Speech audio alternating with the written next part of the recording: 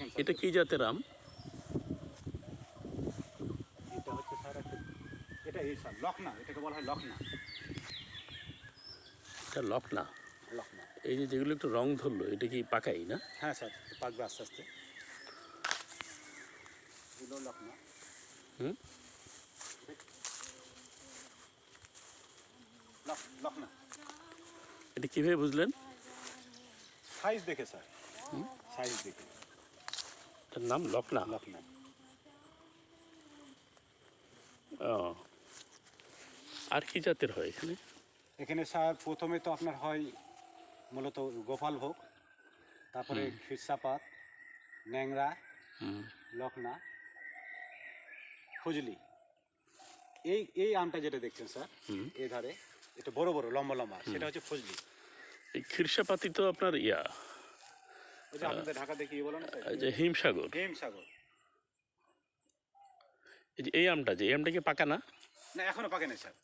হ্যাঁ, পাকে নাই। তো এই আমটা আপনি কীভাবে বুঝবেন যে এটা পাকলো কিনা? আমটাকে স্যার পাড়ার দুদিন একদিন পরেই পেকে যায়, আর গাছে যেটা পাকে স্যার সেটা গাছে পাকলে পরে তো ওটা 2-1 দিন পরে আবার গাছ থেকে পড়ে যায়।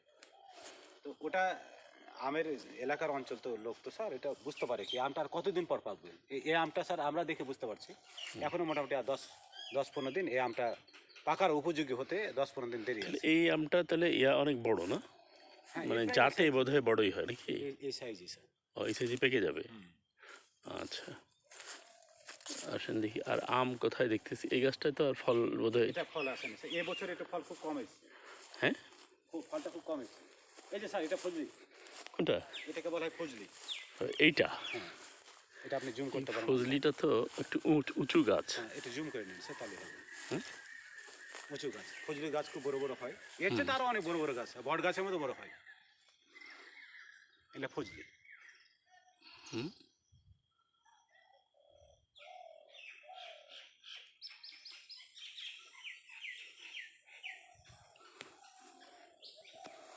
এই যে ফজলি, ওটা তো অনেক আরো বড় হবে, আরো সময় লাগবে, হ্যাঁ, তাই না? এটা সময় লাগবে স্যার।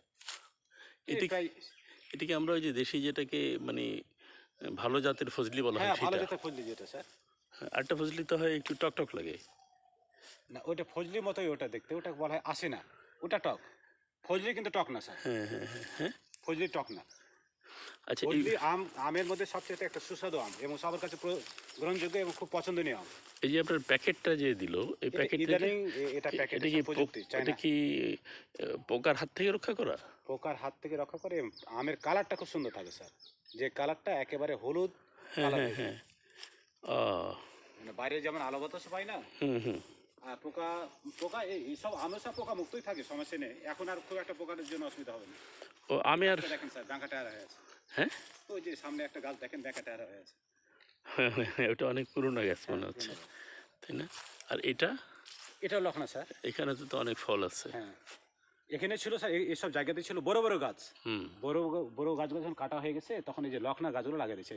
লখনা গাছগুলো একটু অল্প সময়ের মধ্যে আমটা চলে আসে। এগুলো তো ছোট গাছ স্যার, ওইরকম সব বড় বড় গাছ ছিল, অনেক গাছ বড় বড় গাছ বিলুপ্ত করা তো হয়েছে। এই যে ছোট গাছে এত ফল, এটার স্বাদ কি ভালোই হয়? মোটামুটি হয় স্যার, ভালোই হয়।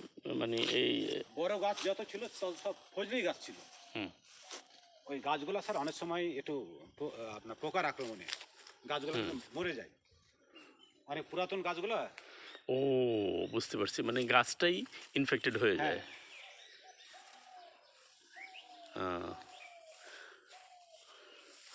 আর কি গাছ দেখলাম আমরা দিকে? ফজলি আছে, আপনার আশিনা আছে।